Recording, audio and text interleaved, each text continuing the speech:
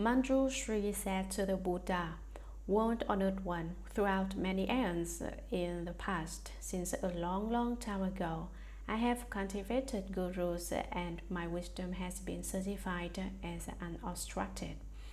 I have already certified to unobstructed wisdom. Unobstructed wisdom is the four unobstructed eloquences or the four unobstructed wisdom. The four unobstructed eloquences are 1. The unobstructed eloquence of Dharma. The Dharmas spoken are very reasonable. Though it is one principle, it can be broken down into millions and millions of principles. Although they are millions and millions of principles, they can be classified into one principle. 2. The unobstructed eloquence of meaning. 3. The unobstructed eloquence of phrasing. Words that really make sense. 4. The unobstructed eloquence of delight in speaking. One enjoys talking. When I hear what the Buddha says, I immediately accept it with faith. Since I, Manjushri, cultivated my jnana dharmas in the past, I believe instantaneously what the Buddha says, but hearers of small attainment, such as sound hearers, those who enlighten to conditions and positions in the Theravadan tradition, gods, dragons, and the rest of the Eightfold Division, such as Yakshas, Gandharvas, Asuras, Garudas, Kinnaras, and Maharagas, and all beings in the future who hear the thus common true and sincere words, will certainly harbor doubts. Look as truthful as the Buddha's words are. They are still skeptical, not to mention my disciples. Someone does not believe in my explanation of the sutras and wants to run away. It is no wonder, considering what Manjushri said about how all of the Eightfold Division does not believe and questions the Buddha's spoken truths. Some people think it is very normal to hear sutra lectures. Actually, it is one of the most difficult and rare things to hear sutra lectures live, especially in the United States. How many places offer lectures following lines in the sutra text and explaining the meaning word by word? None, or extremely few, in Western countries. Although few Westerners who hear the true Buddha Dharma do not recognize it either, because they do not understand the Buddha Dharma. For example, people who have never seen gold will treat gold. You hand him as copper. Another example would be to treat diamond as glass. Similarly, explain the true Buddha Dharma, and because they do not recognize it, they consider it ordinary and external rather than internal. Actually, how can you understand the inner if you do not even understand the outer? You must try the two-pronged approach. You cannot cultivate without understanding principles. You cannot understand principles if you do not cultivate either. Understanding and practice must correspond. Understanding means to understand the Buddha Dharma, and practice means cultivating according to the Buddha Dharma. When Shakyamuni Buddha explained this Earth Star Sutra, even Manjushri Bodhisattva raised his concern about sound hearers of the small attainments, Eightfold Division of God, dragons, and others, and all beings in the future will not believe it, since they do not have enough good rules. Although they hear these honest words the Buddha articulated, they are skeptical for sure. Even if they receive the teaching most respectfully, suppose they receive the teachings, it is only temporary because their faith only lasts for a short period of time. For instance, some people take refuge like others, but they have now no faith because their heads are full of deviant knowledge and deviant views. They do not understand the proper Dharma when you explain it to them. They do not know what they hear. They will still be unable to avoid slandering it. While Shakyamuni Buddha was in the world, Manjushri Bodhisattva suggested, "My only wish is that the World Honored One will proclaim for everyone what Earth Star Bodhisattva Mahasattva practiced and what vows he made while on the level of planting causes. I wish you, World Honored One, will say a bit more about Earth Star Bodhisattva Mahasattva, this great Bodhisattva. What practices did he cultivate and what vows did he make in lives past?" We make vows. No matter the vows, we must fulfill our promises and do what they say we will. We cannot deviate from that no matter what kind of hardship or difficulty according to our vows. That now enable him to succeed in doing such inconceivable deeds. This Earth Star Bodhisattva, however, achieves this type of inconceivable state. Sutra. The Buddha said to Manjushri, by way of analogy, suppose that each blade of grass, tree, forest, rice plant, hemstock, bamboo, reed, mountain, rock, and dust mote in a 3,000 great thousand world system was a Ganges river. Then suppose that each grain of sand in each of those Ganges rivers was a world, and that each dust mote in each of those worlds was an aeon. Then suppose that each dust mote accumulated in each of those aeons was itself an aeon. The time elapsed since Earth Star Bodhisattva was certified to the position of the 10th ground is 1,000 times longer than that in the above analogy. Even longer was the time that he dwelt on the levels of Hira and Pratyeka Buddha. Commentary. The Buddha said to Manjushri, Shakyamuni Buddha told Manjushri Bodhisattva, let me give you an analogy. By way of analogy, suppose that each blade of grass, tree, forest, rice plant, hemstock, bamboo, reed, mountain, rock, and dust mote in a 3,000 great thousand world system was a Ganges river. We are not talking about just one of each of these items, but all the grass, all the trees, eatable rice plants, usable hemstocks, etc. How many bamboos and reeds are there in the 3,000 great thousand world system? Can you count all of them? You cannot. Lots of dust motes become mountains. There are so many things in the 3,000 great thousand world system. If each item was one, what would be the total? If every blade of grass counted as one Ganges river, then the number of Ganges rivers that existed would be uncountable. Not only every blade of grass, but every tree, forest, rice plant, hemstock, bamboo, and reed too, to count as one Ganges river.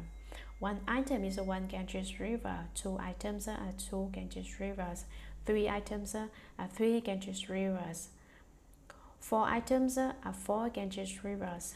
The number of grass and trees are practically infinite, so there would be infinite Ganges rivers. This means that there are so many that the figure cannot be calculated. If each item were to turn into a Ganges river, how many sand grains would be in those Ganges rivers? Then, suppose that each grain of sand in each of those Ganges rivers was in the world.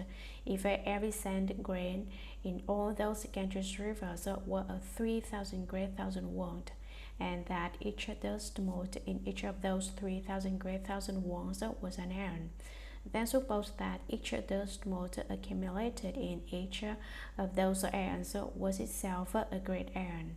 The time elapsed since the earth-star Bodhisattva was certified to the position of the 10th ground is 1,000 times or more longer than that in the above analogy. Even longer was the time that he dwelt on the level of Hira and Pratyeka Buddha. Not to mention how long earth-star Bodhisattva was South Hira, how long he was a Sravaka, how long he was a Pratyeka Buddha. Earth-star Bodhisattva's conduct and vows have been in existence for a long time. Sutra Manjushri, the awesome spiritual strength and vows of this Bodhisattva are inconceivable. If a good man or women of the future hear this Bodhisattva's name, praise him, behold and bow to him, call his name, make offerings to him, or if they draw, carve, cast, sculpt, or make lacquered images of him, such pupil will be reborn in the heaven of the 33 100 times and will never fall into the evil paths. Manjushri, indescribably many aeons ago, during the time of a Buddha named Lion Sprint complete, in the 10,000 practices thus come one, earth-star Bodhisattva Mahasattva was the son of a great elder.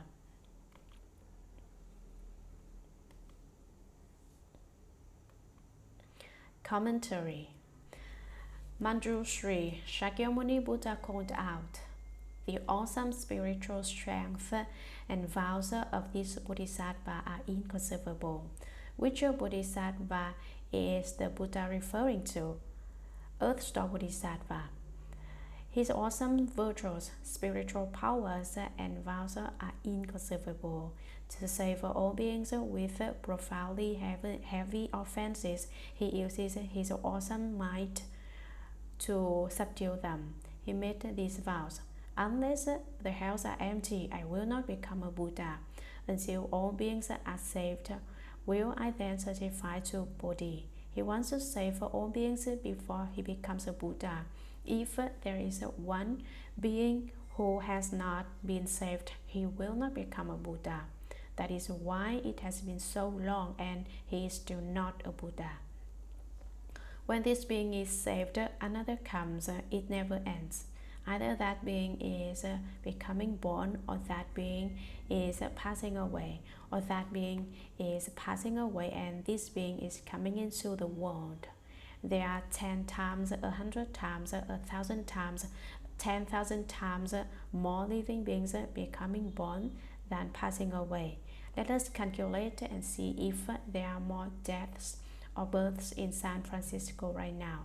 Deaths come after aging and sickness, whereas a birth only requires 10 months of pregnancy, a relatively shorter period of time. Since people have to wait a few decades to die, there are millions, many more births than deaths, which makes earth-star Bodhisattvas work so hard that he cannot realize Buddha even now. But does he regret it? He does not regret it. The more living beings there are, the more jobs he has. Without living beings, he is out to work and he goes on to realize Buddhahood. There is not much to do as a Buddha either. So earth-star King Bodhisattva looks for things to do when there is not much to do. He was very much at leisure, but he would rather be busy all day saving living beings. This is earth-star King Bodhisattva's vows. Why did earth-star King Bodhisattva make this kind of vow? He feels that he is one with living beings. If living beings do not become Buddhas, there is not much significance to his becoming a Buddha either. He is here waiting for living beings because his causes and conditions are about being one with living beings always. Earth-star King Bodhisattva's vows can never be fathomed or understood. What we have talked about is just one small portion of his unimaginable and unspeakable vows. If a good man or women in the future hear this earth-stalking Bodhisattva's name, praising him for his incredible vows, spiritual powers, and compassion, they introduce everyone to Earth-stalk Bodhisattva. You have heard this sutra, so you should introduce the compassion and vows of Earth-stalk Bodhisattva to every colleague, relative, or friend you see. Reflect to Earth-stalk Bodhisattva makes vows like this. So, what should I do? Should I make a tiny vow? Perhaps becoming a Buddha after I deliver one living being to Buddhahood. Perhaps becoming a Buddha after I deliver two living beings to Buddhahood. I do not make any great vows, just little vows. Even that would mean that I have not wasted listening to the Earth-stalk Sutra. If you simply let it go by so that the Bodhisattva is the Bodhisattva and I am me, he and I do not have too many connections, then it is as if you did not hear it. For instance, men should make vows about saving their ex-friends and they have become Buddhas. Women should consider this. I had a dearest boyfriend before. Now that I am cultivating, I'm going to make sure he becomes a Buddha first, then I will follow. Make vows like this. Avoid Amitabha Buddha takes his own. Mahasatva cares about no others. Perhaps you say, I am really young and have never had a boyfriend or girlfriend. You have mom and dad. Make vows to save them so they become Buddhas. But if your parents have already passed away, you have siblings. No sibling, you can save your friends. Make vows targeting someone or some group. If there is no one else, you can say, I will make a vow to save my Dharma brother so that he becomes a Buddha for sure. You may laugh at me, but I will tell you, if any disciple who has taken refuge with me does not become a Buddha, I will not become a Buddha either. I may not have vows as huge as an earth-stalking Bodhisattva, wanting to save all beings so that they become Buddhas. I qualify it with those who have taken refuge and disciples who truly believe in me. If such people do not become Buddhas, I will wait for them. Even if they fall into the hells, I will go down to the hells to fight them. This is not too bad either. It is quite great. It takes many lives of planting gurus to encounter a teacher like this. Behold and bow to him, call his name, recite the holy name of great vows of earth-stalking Bodhisattva, as we explain the Earth-stalk Sutra now. My words, earth-stalking Bodhisattva is really amazing, are praises. Incantations of homage to the great vows of earth-stalking Bodhisattva are recitations of his name. Make offerings to him. Now that we have invited the elder earth-stalking Bodhisattva here, we make offerings by lighting incense for him daily, bowing to him and making him offerings of fruits.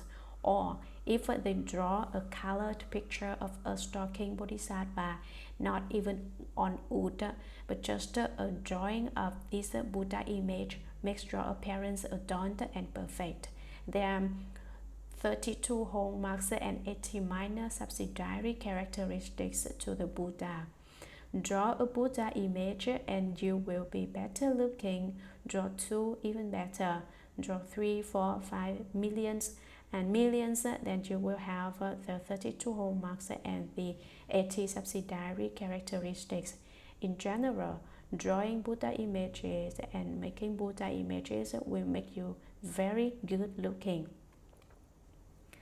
Cast skulls or make lacquered images of him. Such people will be reborn in the heaven of 100 times.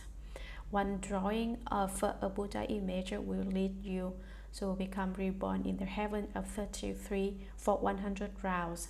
These 100 rounds include not only births in the heaven of 33. Someone who draws a Buddha image will first be reborn 100 times in each level of the 6 desire heavens and the 18 heavens of the form realm, the 3 heavens of the first dhyana, the 3 heavens of the second dhyana, the 3 heavens of the third dhyana, the 9 heavens of the fourth dhyana, and even the heaven of the station of neither thought nor non-thought in the formless realm and others.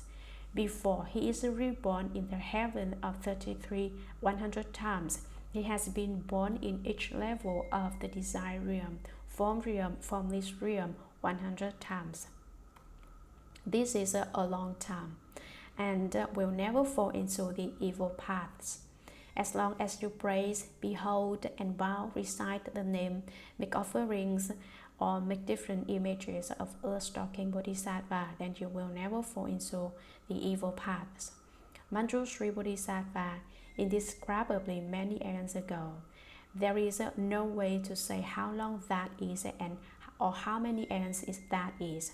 This is just as incalculable as the analogy used earlier for a long period of time.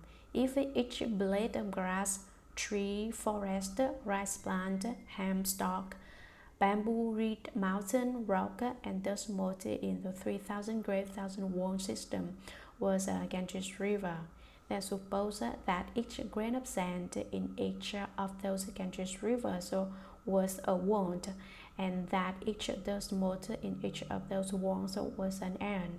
Then suppose that each dust mote accumulated in each of those aeons was itself an aeon. This number is bigger than and more difficult to calculate than the number representing the amount of force required to send a rocket to the moon. We are using math to calculate the force needed to shoot a rocket into a certain spot in space, to stop it, and to orbit it. After the exact figures needed for fuel have been calculated with mathematics, the rocket is shot into the atmosphere. This is calculable. However, no matter how advanced mathematics develops or how precise science gets, there is no way to calculate the number of aeons that earth-stalking Bodhisattva has gone through.